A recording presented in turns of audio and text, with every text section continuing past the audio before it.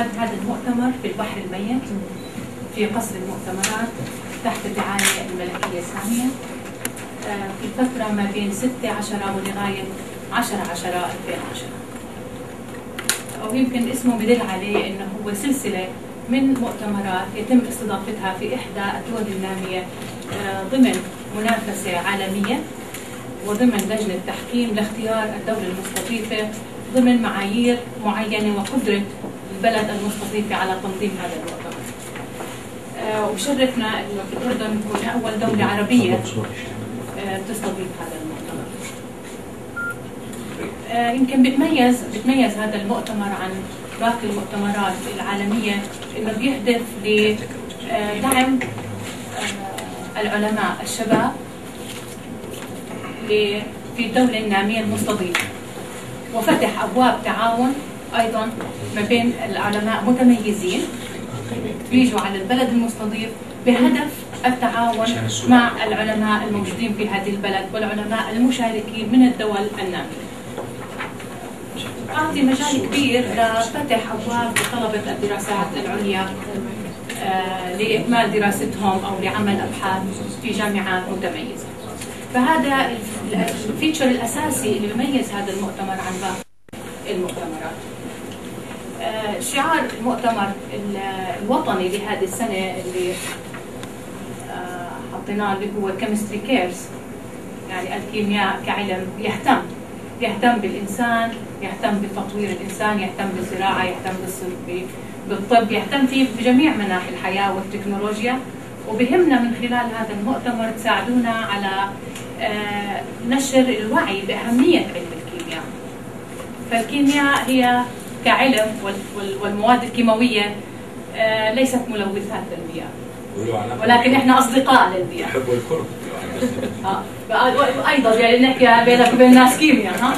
فالكيمياء بتاخذ، فبدنا فعلا يصير في عنا نوع يعني نستغل فترة المؤتمر لنشر الوعي خاصة عند الطلبة الشباب لأهمية دراسة هذا العلم ومدى خدمته للحياة. بروفيسور رادي راح يعطينا فكرة عن هذا المؤتمر يتحدث لمدة 5 دقائق، يعطينا فكرة عن نشأة المؤتمر وأهدافه والأشياء اللي حققها خلال السلسلة الماضية.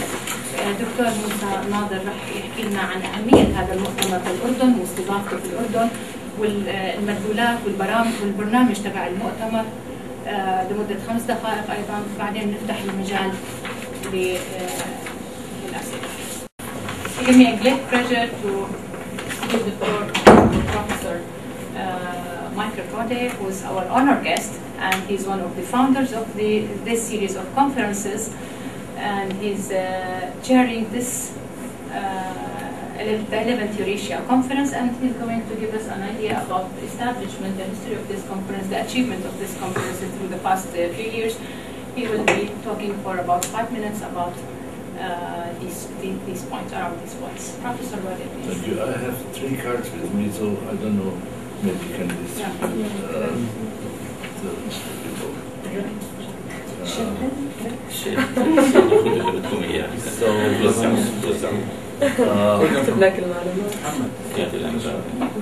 first of all, I would like to say that I apologize for not being able to speak Arabic. I think Arabic is one of the really important languages in the world, but unfortunately also one of the most difficult ones. And so I had never a chance to learn it. So sorry for that. That's also why I don't know what Dr. Amal has already told you, but as you said, that I don't repeat the same again. But I think I should tell you about the history of this conference series and about its development and about its philosophy, because I think its philosophy is the most important point. Well, the idea to establish such a kind of conference was born in personal discussions between 3 people. That's myself, then Professor Otaki from Japan and Professor Bertini from Italy. Otaki has passed away 2 years ago, 3 years ago, whereas Professor Bertini is still very alive, and he will join the conference also. And the idea, that now we come to the philosophy, is most of the top-level conferences in science and engineering, they take place either in Europe or in the United States, or at the best still in Japan, in so-called rich countries. And therefore, it is always very difficult for young scientists, and even more for graduate students from poorer countries, to join to such conferences. And the idea was we should do the opposite way around, to make a top-level scientific conference in countries where the local scientists have difficulties to travel abroad, but if we make it there, they will have the chance, and even the graduate students will have a chance. Because what we found is, and I can confirm this from many PhD graduates, poor countries usually are only poor in money, but they are rich in human resources. There is many talents, and one should bring these talents to full development, and that requires the contact to the top researchers, to the top teachers. And therefore, the idea of the conference is this will be the chance for the talented young people to meet these people, the top researchers, and to discuss with them. Because as you can imagine, once you are a very established scientist, researcher, every day you get a number of applications from PhD students from developing countries asking you, can I do my PhD with you, and all of this. Now, how difficult it is to decide for me, is this a good application or not, if I don't know the people personally.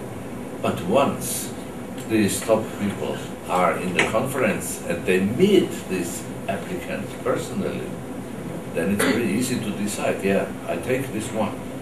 And this was the result of the Eurasia conferences, that a large number of talented graduate students or young researchers were accepted then, even by Nobel laureates. And you will see there is some Nobel laureates. An example is Jean-Marie Lehn from France, who was the first speaker in the first Eurasia conference in 1988 in Thailand. And he then came to know some of the young people there. And he said, yes, I accept you in my lab. And then he went even to the French embassy and he told them, you have to give me grants for these people, that they can come to study with us. The same was for me. I have so far about 30 PhD graduates from developing countries. Yeah? Rich, but still developing countries, rich in human resource, not rich in money yet. And it has improved now.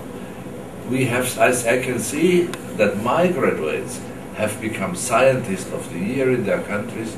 They have become full professors, dean, rectors, vice rectors, yeah? So a fantastic career. And they continue their research, which they have learned with us. And so we have started, as a consequence of this, also to export research topics, new research topics, and to adapt them to the facilities of the countries there, and to select things where brain is the main capital and not cash. But still, that leads to top-level research in developing countries. So this is a very strong potential that we try to use.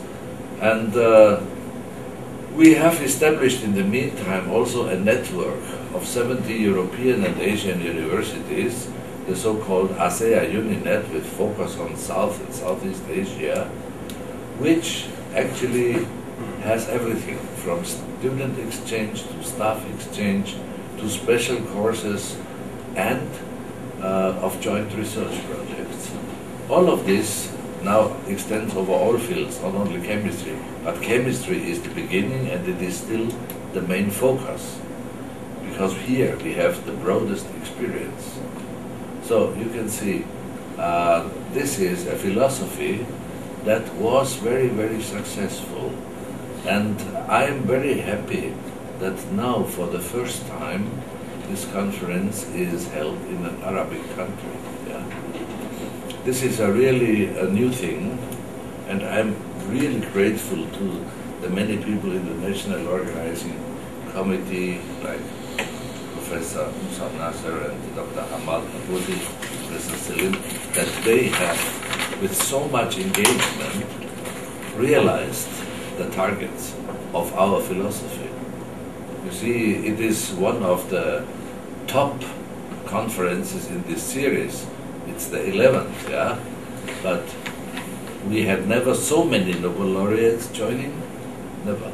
It's the first time. How many Nobel laureates? Four. Three. Three. The maximum we had is usually one, sometimes two, and sometimes zero. Yeah? But not only that Nobel laureates, they may be a kind of a flagship figure, but there is many other really world famous scientists joining in this conference, giving lectures. Almost like Nobel. Yeah, you see, Even better. to get the Nobel Even better Prize, than them. to get the Nobel Prize sometimes has political reasons, sometimes it has some kind of ignorance of the committee as a reason.